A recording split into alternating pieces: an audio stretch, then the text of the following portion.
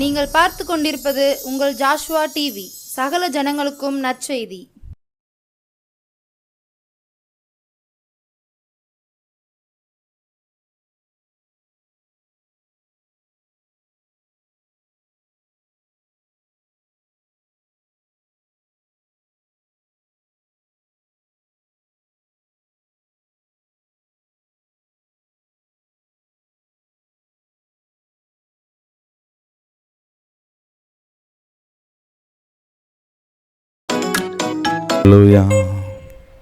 இந்த சுவிசேஷ நேரத்தின் மூலம் உங்களை சந்திப்பதில் மிகுந்த சந்தோஷம் அடைகிறேன். ஒவ்வொரு வாரம் இந்த ஜாஷுவா டிவி மூலம் உங்களுடைய குடும்பத்துக்கு கடந்து வர தேவன் கிருபை செய்திருக்கிறார். இன்றைக்கு ஒரு வார்த்தைகளை கொடுத்து அநேக நன்மைகளை செய்யும்படியாக தேவன் என்ன செஞ்சிருக்கிறார், இந்த இடத்துல வந்திருக்கிறார். அதுக்கு முன்னாடி ஒரு பாடலை பாடிவிட்டு வார்த்தைகளை கடந்து செல்ல நான் ஆசைப்படுகிறேன். இயேசு ரத்தம் என் மேல் இருப்பதால் தீமைகள் அணுகாது, என் ஆவி ஆத்மா சரீரம் எல்லாம்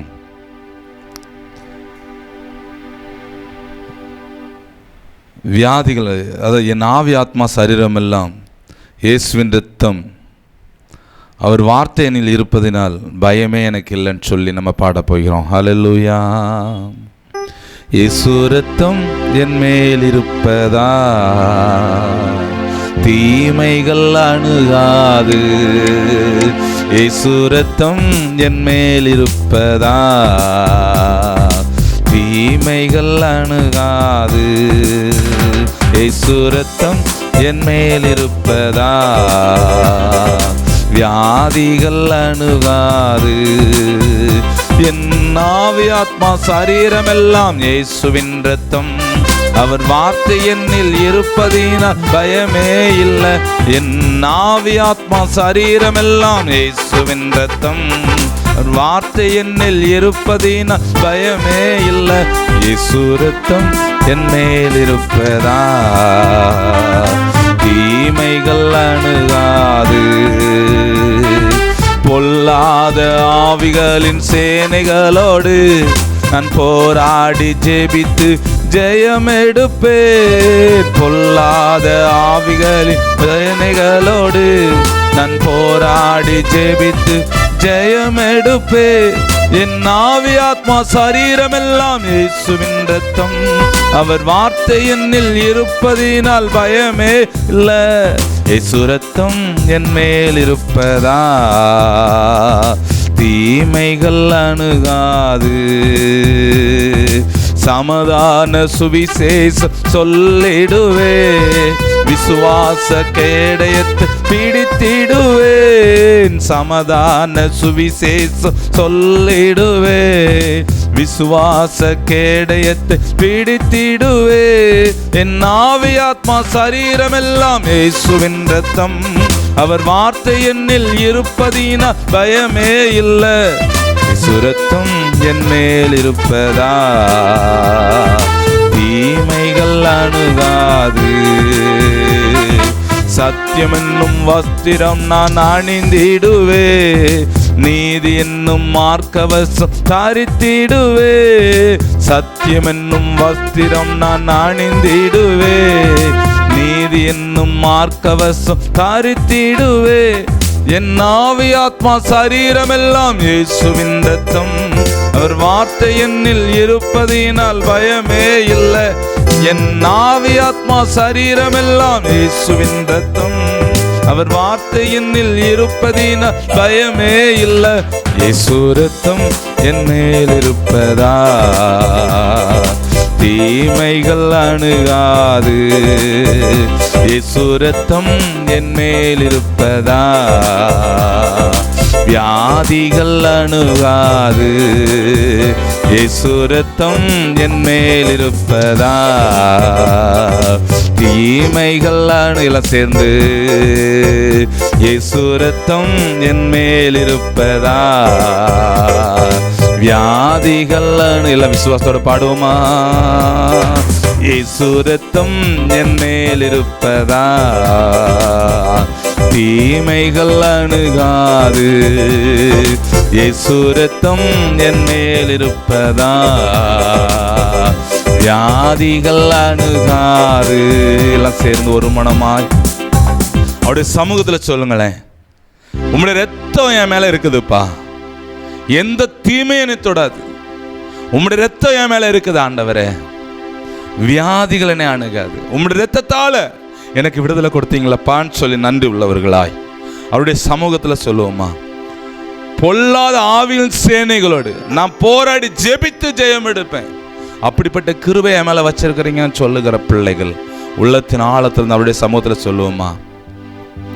உம்முடைய ரத்தம் என் மேல இருக்குது ராஜா, உம்முடைய ரத்தம் என் மேல இருக்குதுப்பா, உம்முடைய ரத்தம் என்னுடைய ரத்தத்தோட கலந்து இருக்குது ஆண்டவரே, எந்த தீமைகளை என்னை அணுகாது. உம்முடைய ரத்தம் என்னுடைய ரத்தத்தோடு கலந்து இருக்குதுப்பா, எந்த வியாதி அணுகாது. என் ஆவி ஆத்மா சரீரமெல்லாம் இயேசுவின் ரத்தம், அவர் வார்த்தை என் மேல இருக்கிறதுனால எனக்கு பயமே இல்லைன்னு சொல்லுகிற பிள்ளைகள், உம்முடைய வார்த்தை என் மேல இருக்குதுப்பா, எனக்கு பயம் இல்லை.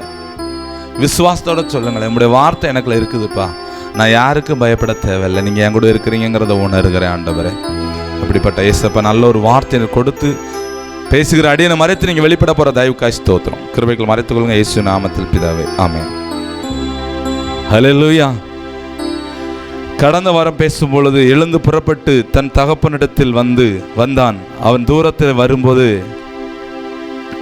அவனுடைய தகப்பன் அவனை கட்டி கொண்டு அவனை கண்டு மனதுருகி ஓடி அவன் கழுத்தை கட்டி கொண்டு அவனுக்கு முத்தம் செய்தான் என்று சொல்லப்பட்டிருக்கிறது. ஹல்லேலூயா. கடந்த வாரம் தான் பேசுறேன், இந்த வாரம் அதைத்தான் பேசுகிறேன். ஹல்லேலூயா. லூக்கா 15ஆம் அதிகாரத்தில் 20ஆம் வசனம் சொல்லுது, அவன் எழுந்து புறப்பட்டு தன் தகப்பனிடத்துக்கு வந்தான். அவன் தூரத்தில் வருகும் போதே அவனை தகப்பன் அவனை கண்டு மனதுருகி ஓடி அவன் கழுத்தை கட்டி கொண்டு அவனுக்கு முத்தம் செய்தான்.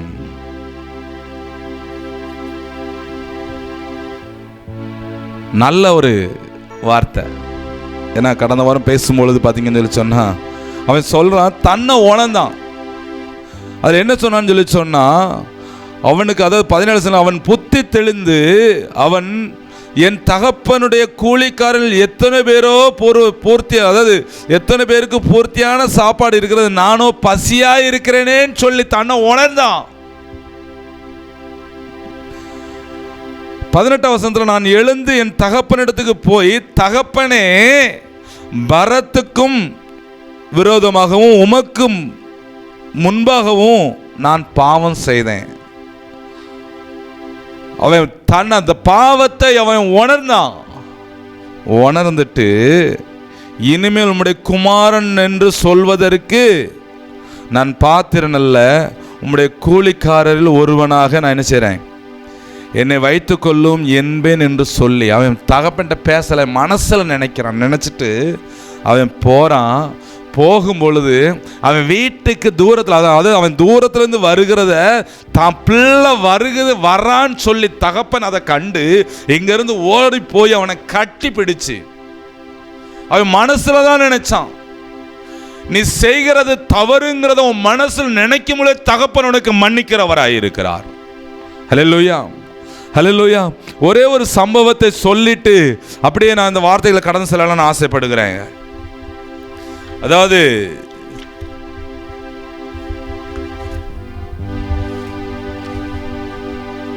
ஒரு பெரிய ஒரு ஊழியக்காரர் டாக்டர் எமில் ஜபசிங் அப்படிங்கிற ஒரு ஊழியக்காரர். அவர் பார்த்தீங்கன்னா அவருடைய இளம் வயதில் கம்யூனிஸ்ட் கட்சியில் தீவிர ஆதரவாக அவர் செயல்பட்டார். கம்யூனிஸ்ட் கட்சினா தெரியுங்களா? அந்த கட்சியில் ரொம்ப தீவிரமாக அவர் என்ன செஞ்சார், அதில் உள்ளே இருந்தார். அவனுடைய தாய் தகப்பன் நல்ல ஜெபிக்கிற ஒரு மனுஷன். அவங்களுடைய தாய் தகப்பன் 2 பேரும் நல்லா ஜெபிக்கிற ஒரு மனுஷன்.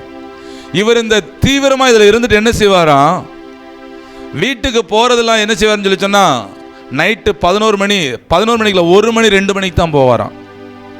1 மணி 2 மணிக்கு தான் வீட்டுக்கு போவாராம். வீட்டுக்கு போகிறதும் தெரியாதான், வாரதும் தெரியாதான். ஒவ்வொரு நாளும் ஜெபிப்பாங்களா அந்த பையனுக்கு. இரவு நேரம் ஃபுல்லாக வீட்டில் இருந்து ஜெபிக்க மாட்டாங்க, வனாந்தரமான ஒரு இடத்துல காட்டுக்குள்ள இருந்து என் பிள்ளைய, இப்படிப்பட்ட பிள்ளை எனக்கு இருக்குது, இவன் மனம் திரும்ப மாட்டானான்னு சொல்லி ஒவ்வொரு நாளும் அழுது அழுது என்ன செய்வாங்களா, ஆண்டவருடைய சமூகத்தில் ஜெபிப்பாங்களாம். ஜெபிக்கும் பொழுது இந்த மனுஷன் அவங்களுடைய ஊரில், அதாவது பாளையங்கோட்டைங்கிறதான ஒரு ஊரில், பாளையங்கோட்டையில் ஒரு பெரிய ஒரு மீட்டிங் நடந்திருக்கு, கன்வென்ஷன் மீட்டிங். அந்த மீட்டிங்கில் ஜீவானந்தங்கிறதான ஒரு ஊழியக்காரர் என்ன செய்றார், பேசுகிறார்.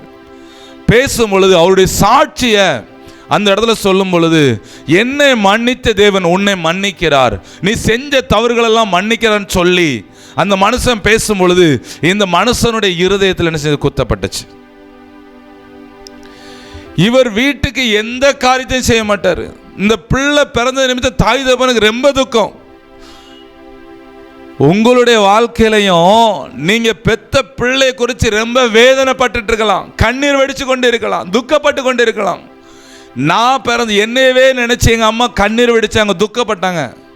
ஸ்கூலுக்கு என்னை அனுப்புவாங்க, ஸ்கூலுக்கு போச்சோன்னாங்கன்னா ஸ்கூல்ல பேக்கை விட்டு எங்கேயோ ஓடி போயிடுவேன். பெத்தவங்க கீழ்ப்படிய மாட்டேன், என்ன சொன்னாலும் கேட்க மாட்டேன், எங்கே போகக்கூடாத இடங்களுக்கெல்லாம் போவேன். இப்படி இருக்கும்போது என்னுடைய தாய் ஜெபிச்சாங்க. ஜெபிக்கும் பொழுது என்னை மாற்றினது போல் அவரையும் தேவன் என்ன செஞ்சார், மாற்றினார். ஹல்லேலூயா.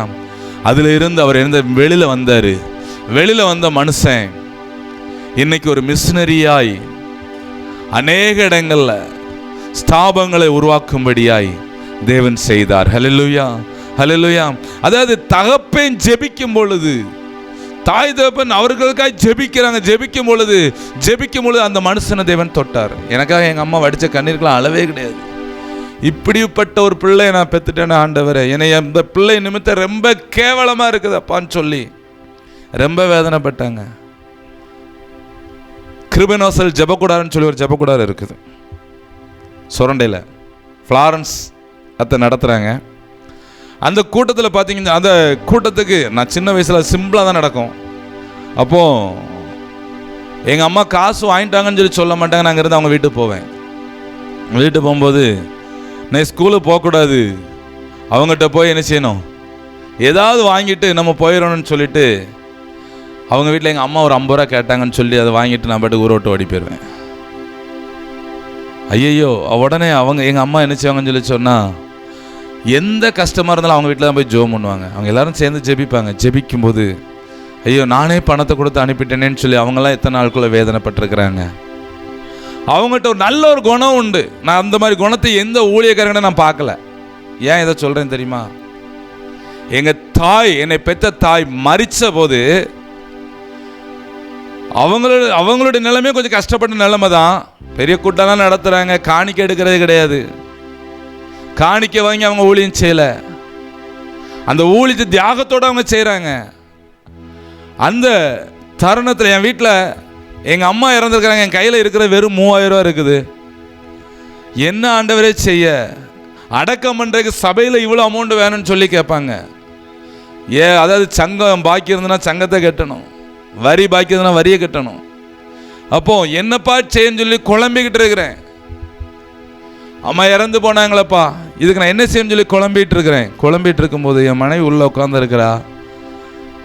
அந்த அம்மா உள்ளே வந்தாங்க, அத்தன் தான் சொல்லுவேன்.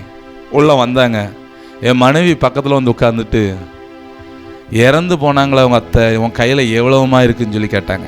இப்படி ஒரு அங்கலாய்க்கிற ஒரு தாய் எங்கேயா பார்த்துருக்குறீங்களா? இது எனக்கு ஆவியம் உணத்துல தான் பேசி கொண்டு இருக்கிறேன்.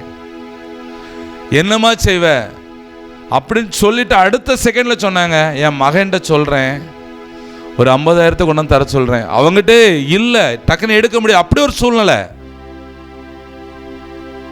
ஒரு சூழ்நிலை என் மகன்கிட்ட சொல்லி நினைச்சேன், நான் தரேன் அப்படின்னு சொல்லி என்ன செஞ்சாங்க, வந்து சொல்கிறாங்க. சொல்லிட்டு என் வீட்டம்மாட்ட கேட்குறா, அவங்க என் வீட்டம்மாட்ட சொல்லியிருக்கிறாங்க. சொன்ன உடனே நீ வேண்டான்னு சொல்லக்கூடாது, கண்டிப்பாக வாங்கிக்கிடணும்னு சொல்லிட்டு அவங்க பையன்கிட்ட சொல்லிட்டாங்க. அவங்க பையன் உடனே ஃபோன் பண்ணி, அண்ணன் என்கிட்ட 50,000 இல்லை, என்கிட்ட இருக்கிறது தரேன்னு சொல்லி சொன்னான். ஆனால் மறுபடி கொடுக்க தேவன் கிருபை செய்தார். ஹல்லேலூயா. ஏன் சொல்கிறேன்னு சொல்லி சொன்னால், ஒரு மனுஷன் தவிச்சுக்கிட்டே இருக்கும் பொழுது நல்ல இப்படிப்பட்ட ஒரு தாய் தேவன் கொடுத்தார். அந்த நேரத்தில் இல்லைன்னு சொல்லி சொன்னால் ரொம்ப கஷ்டமாக இருக்கும். எனக்கு கொடுத்து உதவினாங்க, ஆனால் மறுபடியும் நான் திரும்பி கொடுத்துட்டேன். நிறைய பேர் வாங்குறீங்க, வாங்கிட்டு கொடுக்காமலே போயிடுதீங்க. பெரிய கூட்டம் நடத்துறாங்க, பெரிய ஆசீர்வாதமா இருக்கிறாங்கன்னு சொல்லி நீங்க நினைச்சிட்டு இருக்கலாம். இல்ல, ஆண்டவருக்காக ஏதாவது ஒரு காரியத்தை செய்யணும். இந்த எமில் ஜெபிசிங் என்னன்னு ஆண்டவருக்காக ஏதாவது ஒரு காரியத்தை செய்யணும்னு சொல்லி இறங்கி வந்தாங்க. அவங்க ஊதாரியா தான் சுத்திக்கிட்டு இருந்தாங்க. சுத்திக்கிட்டு இருந்த மனுஷனை தேவன் தொட்டார். ஹல்லேலூயா. ஊதாரியா சுத்திட்டு இருக்கிற உங்க பிள்ளைகளை தேவன் தொட போகிறார். அதாவது கர்த்தருக்கு கீழ்ப்படியாம, உங்களுக்கு கீழ்ப்படியாம இருக்கிற பிள்ளைகளை தேவன் தொட போறாரு. அதான் சொல்லப்பட்டிருக்கிறது. அவன் எழுந்து புறப்பட்டு, அதாவது இனிமேல் உம்முடைய குமாரன் என்று சொல்வதற்கு நான் பாத்திரன் அல்ல, உம்முடைய குமாரன் என்று சொல்வதற்கு நான் பாத்திரன் அல்ல சொல்லி ஆண்டுடைய சமூகத்தில் நினைச்சான். அவன் தன்னை நினைக்கிறான். நினைக்கும் பொழுது அந்த தகப்பன் ஓடி போய் முத்தம் விட்டு, வசனம் சொல்லுது, அவன் சொல்றான், அதாவது எழுந்து புறப்பட்டு தன் தகப்பனிடத்துக்கு வந்தான். அவன் தூரத்தில் வரும்போதே அவனுடைய தகப்பன் அவனை கண்டு மனதுருகி ஓடி அவன் கழுத்தை கட்டி கொண்டு அவனை முத்தம் செய்தான். குமாரன் தகப்பனை நோக்கி, தகப்பனே, பரத்துக்கு விரோதமாகவும் இனிமேல் பரத்துக்கு விரோதமாக உமக்கு முன்பாகவும் பாவம் செய்தான். இனிமேல் உம்முடைய குமாரன் என்று சொல்லுவதற்கு நான் பாத்திரனல் என்று சொன்னான். சொல்லும்போது தகப்பனுடைய அன்பை பாருங்களேன். தகப்பன் சொல்றான், அப்பொழுது தகப்பன் தன் ஊழியக்காரரை நோக்கி உயர்ந்த வஸ்திரத்தை கொண்டு வந்து அவனுடைய கால்களுக்கு பாதரட்சை போடுங்கள் என்று சொன்னான். அவன் மனம் திரும்பி வந்த நிமித்தம் அவன் போட்டு இந்த பன்றி மேய்க்கணுடைய ட்ரெஸ் எப்படி இருந்திருக்கும், அவன் எந்த நிலைமையில இருந்திருப்பான். அவன் ஓடி வருகிறத கண்டு கட்டி கொண்டு ஊழியக்காரனை கொண்டு வந்து, அதாவது அவனுடைய வேலை பார்க்கிறவனை எல்லாத்தையும் சொல்லு. அப்பொழுது தகப்பன் தன் ஊழியக்காரரை நோக்கி, நீங்கள் உயர்ந்த வஸ்திரத்தை கொண்டு வந்து அவனுக்கு உடுத்தி அவன் கைக்கு மோதிரத்தையும் கால்களுக்கு பாதரட்சையும் போடுங்கள் என்று சொன்னான். சொல்லிட்டு கொளுத்த கன்றை என்ன செய்யுங்க, கொண்டு வந்து அடிங்கள், நாம் புசிப்போம் சந்தோஷமாக இருப்போம் என்றான். என் குமரனாகிய இவன் மரித்தான், திரும்பவும் உயிர்ப்பித்தான், காணாமல் போனான், திரும்பவும் காணப்பட்டான் என்று அப்படியே அவர்கள் சந்தோஷப்பட தொடங்கினார்கள். ஹல்லேலூயா. உன் வாழ்க்கையில் உன் பிள்ளை மனம் திரும்பி வருகிறத பார்த்து நீ சந்தோஷப்பட போற. விசுவாசிக்கிறவங்க ஒரு ஹல்லேலூயா சொல்லுங்களேன். ஹல்லேலூயா. அதான் ஆண்டு 2வது வாரமும் இதை பேசிக்கொண்டே இருக்கிறார். உங்க வாழ்க்கையில இந்த வருஷத்துல, இந்த மாதத்துல, அதாவது இந்த தபச காலத்துல உங்களுடைய வாழ்க்கையில மன்னிப்பை தேவன் கட்டளையிடுகிறவராக இருக்கிறார். அதாவது மன்னிப்பை கொடுத்து அவர்கள், அதாவது பாருங்க, அதாவது திரும்பவும் காணப்பட்டான் என்றான். அப்படியே அவர்கள் சந்தோஷப்பட தொடங்கினார்கள். கடைசியில் பார்த்தா, கடைசி வசனத்தில் சொல்லப்படுகிறவங்க, காணாமல் போனான், திரும்பவும் காணப்பட்டான், அப்படி ஆனபடினாலே நாம் சந்தோஷப்பட்டு மகிழ்ச்சியாக இருக்க வேண்டும் என்றான் என்று சொன்னான் என்றான். ஹல்லேலூயா. சந்தோஷப்பட்டு மகிழ்ச்சியாக இருந்தான். உங்கள் வாழ்க்கையில் சந்தோஷப்பட்டு மகிழ்ச்சியாக இருக்கும்படியே தேவன் செய்கிறவராக இருக்கிறார். யாவரும் தலைகளை தாழ்த்தி ஜெபிப்போம். ஹல்லேலூயா. இயேசு ராஜா, சத்தியமென்னும் வஸ்திரம் நான் அணிந்திடுவே, நீதி என்னும் மார்க்கவசம் தாரித்திடுவே. சத்தியமென்னும் வஸ்திரம் நான் அணிந்திடுவே, நீதி என்னும் மார்க்கவசம் தாரித்திடுவே. என் ஆவி ஆத்மா சரீரமெல்லாம் இயேசுவின் இரத்தம், அவர் வார்த்தை என்னில் இருப்பதினா பயமே இல்லை. என் ஆவி ஆத்மா சரீரமெல்லாம் இயேசுவின் இரத்தம், என் வார்த்தை என்னில் இருப்பதினால் பயமே இல்லை. இயேசு இரத்தம் என் மேல் இருப்பதா, தீமைகள் அணுகாது. இயேசு இரத்தம் என் மேல் இருப்பதா, வியாதிகள் அணுகாது. என் ஆவி ஆத்மா சரீரமெல்லாம் இயேசுவின் இரத்தம், அவர் வார்த்தை என்னில் இருப்பதின் பயமே இல்லை. என் ஆவி ஆத்மா சரீரமெல்லாம் இயேசுவின் இரத்தம், வார்த்தை என்னில் இருப்பதின் பயமே இல்லை. இயேசு இரத்தம் என் மேல் இருப்பதா, தீமைகள் அணுகாது. இயேசு இரத்தம் என் மேல் இருப்பதா, வியாதிகள் அணுகாது. எழுந்து புறப்பட்டு தன் தகப்பனிடத்தில் வந்தான். அவன் தூரத்தில் வரும்போது அவனுடைய தகப்பன் அவனை கண்டு மனதுருகி ஓடி அவன் கழுத்தை கட்டி கொண்டு அவனுக்கு முத்தம் செய்தான் என்று சொல்லப்பட்டிருக்கிறது. மனம் திருமண நிமித்தம் மிகுந்த சந்தோஷத்தை உண்டு பண்ணீங்க ராஜா. இந்த மனம் திரும்ப நிமித்தம் அந்த பிள்ளைகளுடைய வாழ்க்கையில் மனம் திரும்பாத பிள்ளைகள் மனம் திரும்ப செய்ய போகிற தயவுக்காய் ஸ்தோத்திரிக்கிற ஆண்டவரே, உம்முடைய கிருபை தாங்கி வழி நடத்தட்டுப்பா. இந்த பிள்ளைகள் நிமித்தம் இந்த குடும்பங்கள் சந்தோஷப்பட போகுது ராஜா. கண்ணீர் வெடிச்சிருக்கிற குடும்பங்கள் சந்தோஷப்பட போகுது ராஜா. அப்படிப்பட்ட கிருபைகளை செய்யுங்க, ஆசீர்வதிங்க ராஜா. இதை பார்த்து கொண்டு இருக்கிற பிள்ளைகள் என்னென்ன தேவைகளோடு மரண பயத்தினால் கஷ்டப்பட்டு கொண்டு இருக்கிற எல்லா பிள்ளைகளுக்கு, அந்த மரண பயத்தோடு இருக்கிற பிள்ளைகளுக்கு அந்த மரணத்தின் ஆவி இயேசுவின் நாமத்தினால அந்த பயங்கள்லாம் மாறி போட்டு என்று கட்டளை. மரண பயங்கள் மாறட்டும். தொட உனக்கு அதிகாரம் இல்லை. இயேசுவின் நாமத்தினால கிருபைக்குள் மறைத்து கொள்ளுங்க. பெரிய காரியங்கள் செய்யுங்க.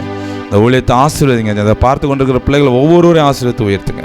பெரிய காரியங்கள் செய்யுங்க. இயேசுவின் நாமத்தில் பிதாவே, ஆமென். ஒவ்வொரு நாளும் ஜெபிச்சு கொள்ளுங்க. இந்த சேனலுக்காக விசேஷமாக ஜெபிங்க. உங்களுடைய வாழ்க்கையில் தேவன் பெரிய காரியங்களை செய்வார். எங்களுக்காக ஜெபிச்சோம். 10th எழுதுகிற பிள்ளைகளுக்காக, 10th 11th 12th எக்ஸாம் எழுதுகிற பிள்ளைகளுக்காக ஜெபிச்சு கொள்ளுங்க. உங்கள் வாழ்க்கையில் தேவன் பெரிய காரியத்தை செய்வார். கர்த்தர் தாமே உங்களை ஆசீர்வதிப்பாராக. God bless you. ஆமென்.